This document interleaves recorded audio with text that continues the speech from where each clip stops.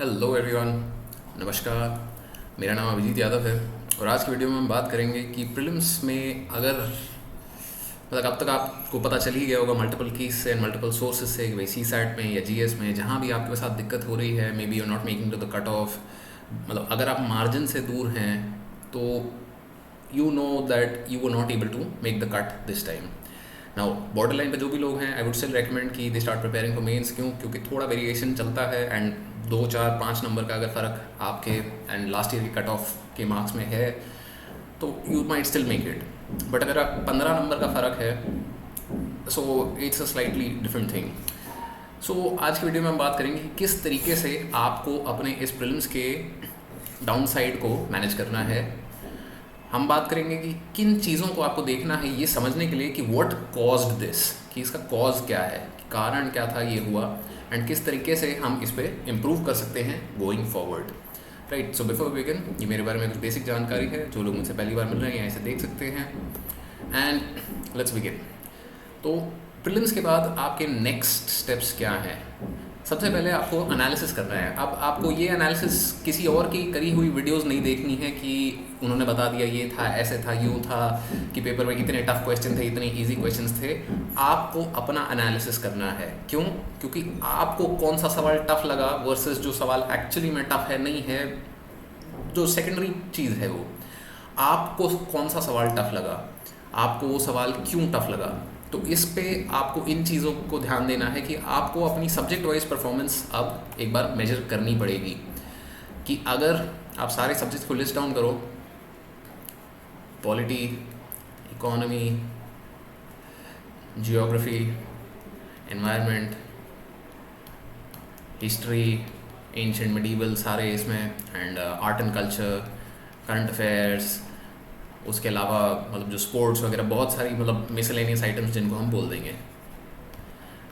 ठीक है, तो इन सब सब्जेक्ट्स का एक आप लिस्ट बनाओ। Subject, sorry about that, subject, then attempted, then correct and incorrect. ये आपको एनालिसिस करना है अपना पूरा एक टेबल बना के। क्यों करने को मैं ये बोल रहा हूँ? क्योंकि जब तक आप खुद से नहीं झांक के देखोगे कि भाई किस सब्जेक्ट ने आपके लिए दिक्कत खड़ी करी, तो इम्प्रूवमेंट कैसे होगी? क्यों? क्योंकि इम्प्रूवमेंट के लिए हमें पता होना चाहिए कि भाई गलती कहाँ हुई। तो अब इन सब्जेक्ट्स में एक बार ये टेबल आपने बना ली कि भाई कितने अटेम्प्ट किए, कितने करेक्ट हुए, कितने इनकरेक्ट हुए। उसके बाद इन 3 चीज़ों पे आपको इन सब्जेक्ट्स को मार्क करना है। And I apologise for the disturbance, but मेरी सोसाइटी में जहाँ मैं रह रहा हूँ वहाँ पर परपेचुअली कंस्ट्रक्शन चलती रहती है, सो कुछ नहीं कर सकते इसका। सो द आइडिया इज़ कि आपको एक बार ये डेटा आपने भर दिया, तो अब इन डेटा में करेक्ट और इनकरेक्ट को आपको देखना है। इनकरेक्ट को आपको इन चीज़ों पे मेजर करना है कि क्या ये आपका इनकरेक्ट हुआ क्योंकि आपको कॉन्सेप्ट क्लियर नहीं था। क्योंकि जैसे अगर पॉलिटी और हिस्ट्री के पॉलिटी एंड इकोनॉमी के सवालों की बात करें तो very very conceptual questions most of the time, या आपने ठीक से रिवीजन नहीं करी थी, उस कारण ये गलत हो गए कि आपको कॉन्सेप्ट पता था बट लास्ट मोमेंट को याद नहीं आया, कुछ गलती कर दी। या फिर ये सिली मिस्टेक्स थी कि भाई ये भी काफ़ी सुनने में आया है कि भाई आता था, ये पता था, ऐसे था, वैसे था, ये मार्क किया हुआ था, बट इसकी वजह वो मार्क हो गया इन दी एंड। तो ये जो इनकरेक्ट है इसको फर्दर आपको इन 3 पार्ट्स में तोड़ना है कि कौन से जगह आपकी सबसे ज़्यादा मिस्टेक हुई। क्यों? इससे क्या होगा कि भाई तीनों का अलग सोल्यूशन है। अगर कंसेप्चुअल क्लैरिटी में आपको इशू है कि अगर कॉन्सेप्ट ही आपको क्लियर नहीं था, तो then obviously the thing that you need to do is revisit the books.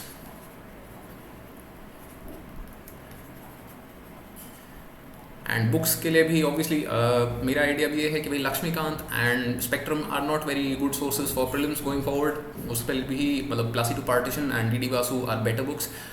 तो कंसेप्चुअल क्लैरिटी अगर आपकी मिसिंग थी तो maybe you need to revisit the books. अगर रिविजन की दिक्कत थी तो क्या आपने प्लान ठीक से नहीं किया था? प्लान, नेक्स्ट स्टेप आपका ये बनता है कि अपने प्लान को एक बार रीअसेस करो। क्या आपके प्लान के हिसाब से आपने 3 बार 4 बार रिविजन किया था?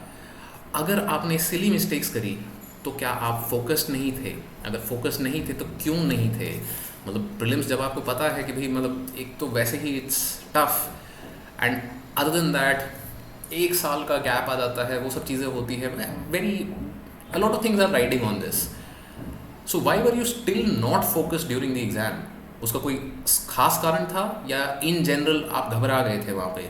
तो इन सब चीज़ों को आपको कुरेदना पड़ेगा थोड़ा. You will have to scratch the surface and look at these things. ये देखनी पड़ेंगी आपको चीज़ें कि what are the things that caused your problems this time around in prelims. क्योंकि जब तक आप ये असेसमेंट नहीं करेंगे तब तक आपको नहीं पता चलेगा कि भाई इम्प्रूवमेंट कहाँ है, आपको नेक्स्ट स्टेप्स क्या लेने हैं. And this is something which will take a certain amount of strength. Strength क्यों लगेगी इसमें? क्योंकि जब हम अपने आप के साथ बात करते हैं तो हमें ये मानना पड़ता है, क्योंकि देखो अब अगर आपको सीधा सीधा दिख रहा है कि रिविजन नहीं करी तो you don't have to tell anybody else, you just have to talk with yourself. But खुद को ये बताना कि रिविजन नहीं करी, फिर अगला सवाल बनता है कि भाई क्यों नहीं करी, कैसे नहीं करी, मतलब तो उस चीज़ पे बाद में आएंगे हम. But right now you need to figure out कि हर सब्जेक्ट के लिए आपका कौन सा वीक एरिया था यहाँ पे. And similarly you need to perform this for CSAT कि maths, reading comprehension and logical reasoning, इन तीनों एरियाज में से किस में आपके कॉन्सेप्चुअल क्लैरिटी के इशू थे, या रिवीजन का इशू था, या सिली मिस्टेक्स आपने कर दी, या फिर now let's come to the secondary parameters. ये हैं आपके primary parameters. Now let's come to secondary parameters कि क्या आप ठीक से सोए नहीं थे पेपर से पहले. सॉरी अबाउट दैट, ये काफ़ी एरर कर रहा है. तो ये सेकेंडरी पैरामीटर्स है. क्या आप ठीक से सोए नहीं थे, या आप पेपर से पहले 2-4 दिन पहले बीमार पड़ गए थे, बुखार हो गया था, कुछ हो गया था, क्या हो गया था, इस चीज़ का आपने ध्यान दिया नहीं दिया, क्या था.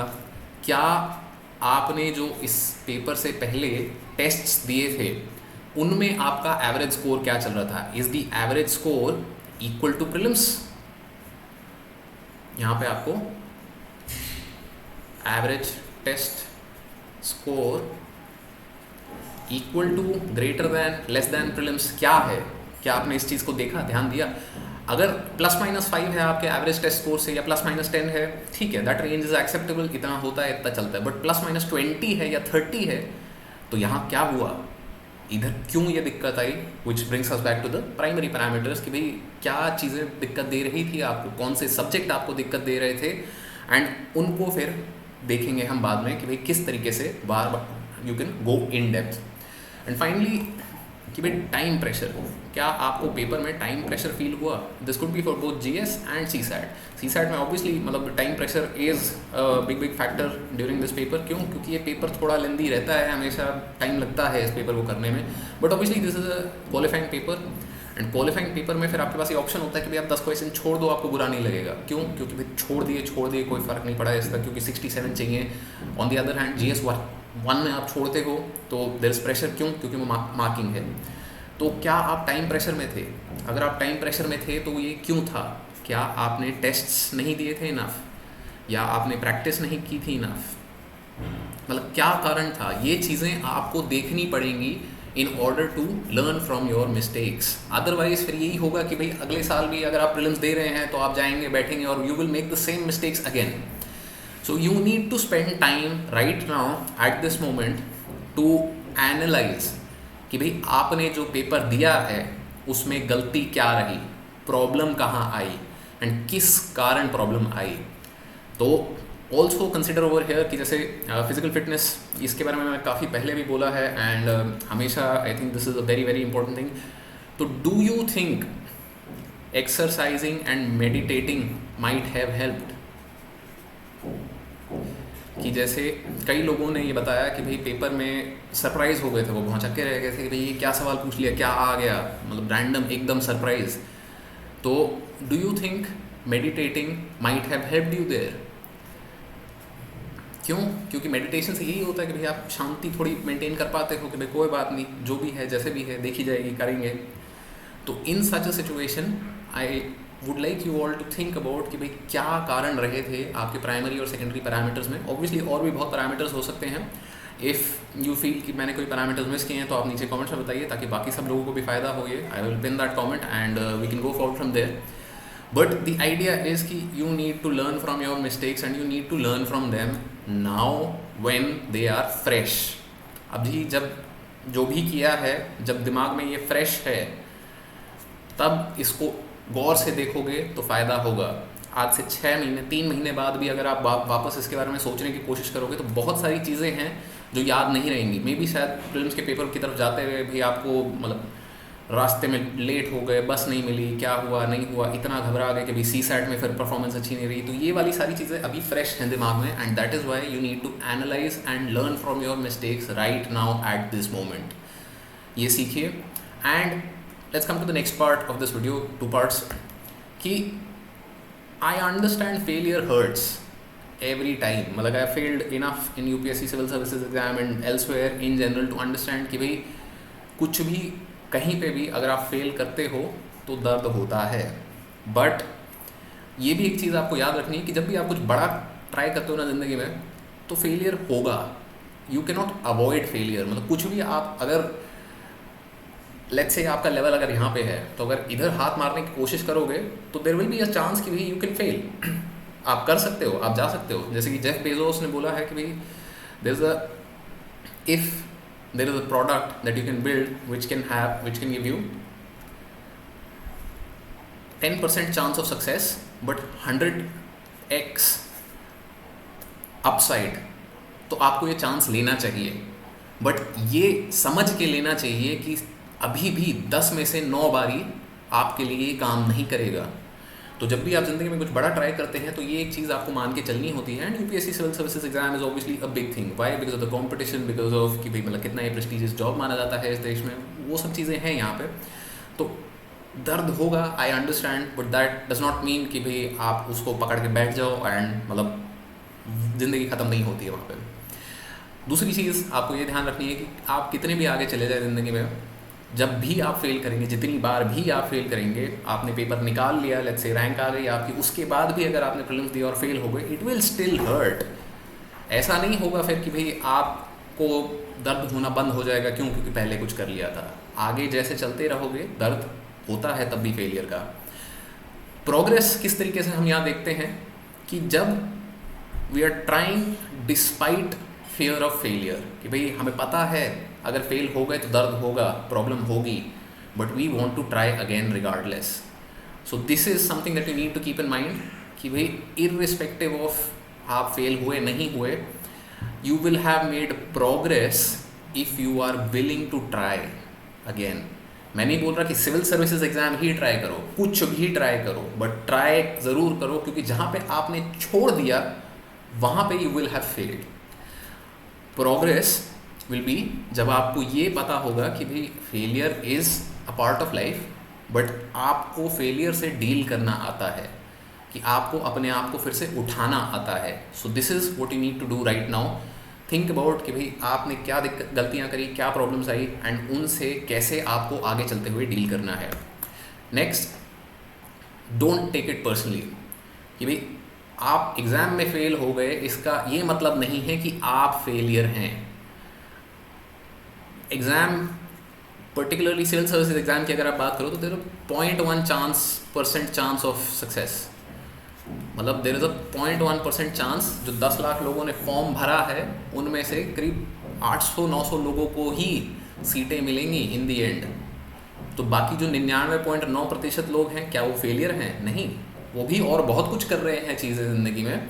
Just that they did not clear this exam, but that does not mean that you are a failure. You failed, but आप फेलियर नहीं हैं, provided you learn from your mistakes. Learn from your mistakes के लिए हमने parameters already discuss कर लिए हैं कि भाई इनके लिए इन पे आपको थोड़ा काम करना पड़ेगा। And then obviously you will have to appreciate the role of chance, कि बहुत सी चीज़ें ऐसी होती हैं ज़िंदगी में जिन पे हमारा कोई कंट्रोल नहीं होता है। अगर उसको आप बोलने लगोगे कि भाई इसकी वजह से ये हो गया, ऐसे हो गया, वैसे हो गया, तो that is not the best thing to do. And इन जनाब को अगर आप जानते हो तो इनकी एक बहुत ही मतलब बढ़िया सी कहानी थी। This is a photo of Julius Caesar. तो जूलियस सीज़र मतलब सब जानते हैं, स्कूल में प्ले पढ़ा था, सब था। सो जूलियस सीज़र जब 30 साल के थे, when he was 30 years old, तो ये एक किसी टेम्पल में गए थे, and that was a temple of Alexander. Alexander the great. Alexander the great जो थे वो जूलियस सीजर से भी 200-300 साल पहले जिए थे। तो जूलियस सीजर अलेक्जेंडर के उस टेम्पल में जाके रोने लगे। क्यों? क्योंकि उन्हें लगा कि भाई 30 साल की उम्र पे जूलियस सीजर ने कुछ नहीं किया है अपनी ज़िंदगी में, बट अलेक्जेंडर ने 30 साल की उम्र तक दुनिया का सबसे बड़ा एम्पायर खड़ा कर दिया था। इस कारण जूलियस सीजर रोने लगे कि भाई मतलब यार ये क्या हो रहा है, मतलब ये देखो वो बंदा कहाँ पहुँच गया था, कैसे हो गया था। So the moral of the story over here is कि अगर आप कंपेयर करोगे कि भाई उसने तो 22 साल की उम्र में निकाल ली, 21 पे निकाल लिया, तो इसका कोई इलाज नहीं है, आप रोते रहोगे। What you need to focus on is कि भाई आपके एफर्ट्स कहाँ जा रहे हैं, आप क्या करना चाहते हैं। And as we all know Julius Caesar eventually ended up becoming one of the most famous persons जिसकी आज भी 2000 साल बाद भी बात हो रही है। So don't take it personally. आप फेल हो गए पेपर में does not mean you are a failure. You need to focus on learning from your mistakes and moving forward. And finally mindset shift आपको एक चाहिए कि जब भी आप कोई चीज़ ट्राई करते हैं यू आइदर विन और यू लर्न। तो अगर इस बार आप नहीं जीते हैं तो इस बार आप सीखिए ताकि आप अगली बार जीत सकें। This is something that you need to keep in mind always. क्योंकि ज़िंदगी में ऐसा कभी नहीं होगा कि भाई कुछ भी आप ट्राई करो आप हर बार जीतते जाओगे। मतलब that happens in very very rare cases. And उन रेयर केसेस को लेके आप ये नहीं बोल सकते कि भाई उसके साथ तो हो गया था, मेरे साथ क्यों नहीं। ये बस एक अपने आप को दुखी करने का तरीका है। आपका माइंडसेट ये होना चाहिए कि भाई कोशिश करते रहो, या तो जीतोगे नहीं तो सीखोगे। इस बार अगर आप नहीं जीते हैं तो ये बहुत अच्छा मौका है आपके पास सीखने के लिए। And I wish you all the best for your future endeavours. जो भी आप करना चाहते हैं, जैसे भी करना चाहते हैं, अगर सिविल सर्विसेज एग्जाम के लिए आप आगे पढ़ना चाहते हैं तो डेफिनेटली जो वीडियो के फर्स्ट पार्ट में हमने बात करी थी उन पैरामीटर्स पे काम कीजिए, निकालिए, कुरेदिए गलती कहाँ थी, क्या दिक्कत रह गई। And once you answer that you will be better prepared for your future attempts. So that's it for today's video. I hope आप लोगों को पसंद आया। If so please like, share, subscribe and thank you for watching.